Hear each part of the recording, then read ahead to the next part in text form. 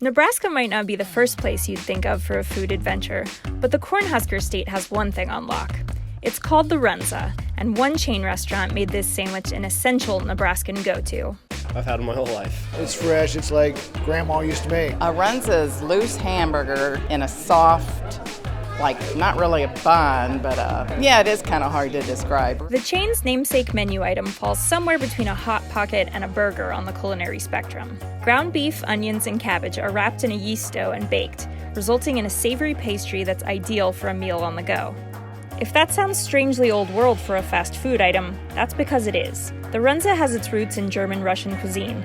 So how did a fast food chain make this Eastern European meat pocket nearly as important to Nebraska as Cornhusker football? The first Runza location opened in the 1940s, and the chain has expanded to over 85 stores. The recipe has been passed down for generations, and while it's since evolved to include a variety of toppings like cheese and bacon, the original beef and cabbage Runza remains the most popular.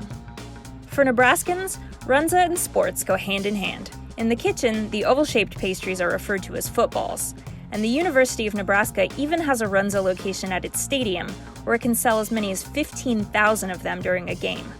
We come back to Runza because there's nothing like this out west. Just the sandwich is unique. Nebraska's love of Runza is undeniable, and it definitely helps that the savory pockets serve as a quick, rib-sticking meal to keep warm during the cold Midwestern winters. When you're out in the cold of a football game, a nice little warm Runza is perfect snack.